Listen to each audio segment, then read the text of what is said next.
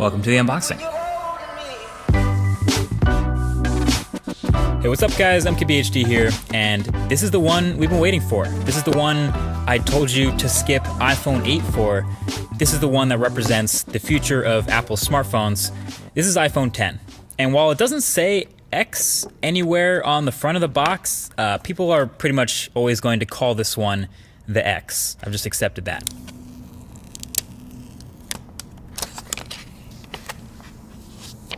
So this is your first look at the unboxing experience, and spoiler, it's pretty much exactly the same as iPhone 8 was, and almost every other iPhone. Headphones, adapters, stickers, it's all in the box, but I guess it's a good thing there's no surprises here. And so you can see right here off the bat, it's a really shiny, chromy, reflective phone. This is the silver one, and you can see how shiny the sides are. The space gray one though is a bit more toned down. And so the only thing that was actually new during the setup of iPhone 10 is now you set up Face ID during first boot instead of the fingerprint Touch ID. But yeah, this is brand new, and it's been a couple weeks since we last saw this phone at that Apple event, so seeing it again for the second time is kind of a reminder of all the things that are new about this thing.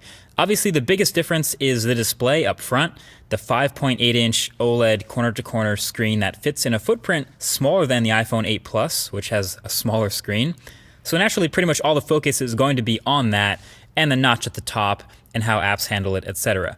And I can tell you that aside from all the incompatible apps I've come across that are going to have to get updated, my experience with the display panel itself have been pretty decent so far. It's bright, it's contrasty, well calibrated, definitely not oversaturated like some OLEDs can be. And just handling and playing with this phone in the studio here for the first time, it's answered some immediate questions that I had about it from the last video. So first of all, since there's no home button, obviously, you have that swipe up gesture to go home, but we were wondering, how do you take a screenshot?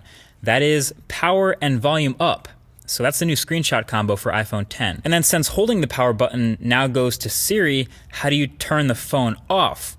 Well, it's going to be long pressing the power button and volume up key, and that'll get you to see that power off menu. So those are two new key combos to memorize there. And then of course I was reminded of how many gestures there are now to memorize. Obviously when you get rid of a button, there's a whole bunch of swiping and gestures to replace it. So there's the multitasking and app switching motions, which are pretty similar but both kind of useful in their own way. Depending on how you use the phone, really. That's on top of the screenshot and power off combos, plus long holding the power button for Siri and double pressing it for Apple Pay. But basically there's a lot going on, and if you're gonna make a phone that's all screen, obviously you have to be able to do it all without a lot of buttons. Anyway, one of the biggest differences between iPhone 8 and iPhone 10 is the new front-facing camera suite up at the top in that notch. The IR blaster, the depth sensor, etc. And all that enables a couple of new things with this phone. Number one is obviously Face ID. The setup, like you saw, was pretty quick and painless, and it's been working pretty well since then for unlocking my phone. Now, I've only really had this phone for a day like the rest of press, but so far in this time, it's been fine, and it works as advertised as far as being smart and not easily spoofed. You can see the little lock under the time when the phone is locked, and basically instead of placing your fingerprint, the phone will not unlock until you look at the phone like you did during the setup process.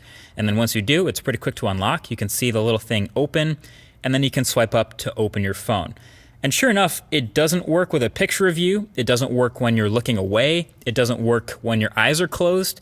It just basically waits until it sees what it saw during that setup process, and then it's good to go. So no, your girl can't unlock your phone while you're asleep with your eyes closed, for those of you who are wondering that. I do have some further thoughts on this Face ID versus Touch ID though, so stay tuned for that in an upcoming video. And I do want to see if I can fool it with identical twins maybe, just out of curiosity. Anyway, with the new notch, you also get a new front-facing camera complete with selfie portrait mode. Messing around with it, it seems pretty average. Interestingly enough, that Pixel 2 that I've been testing seemed way more like confident with the front-facing camera portraits than the iPhone 10. Now there's no doubt both of these will get better with time and software updates, but just from turning on portrait mode, switching the front-facing camera, and snapping a picture, these are the types of results you're gonna get. There's a pretty big difference between the two if you ask me, especially if you're looking at edges and hair and things like that. And sometimes the iPhone just didn't want to blur the background at all, just got really picky about the lighting. But that's something, again, we'll be testing a lot more for the full review of this phone. Oh yeah, and the new front-facing camera suite will get you animojis. So yeah, you can see in these animojis, the physics of things moving around is actually pretty on point. So if you're into it, you can map your face to a cartoon animal head and send it to someone in iMessage. But you still can't edit tweets though. So overall, there's a lot to test with the iPhone 10 now that I have it in my hands finally. As a matter of fact, definitely leave your thoughts right below that like button with things you want to see in the full review. Most likely things like battery life, camera quality, app performance, all that good stuff. But don't let me miss anything.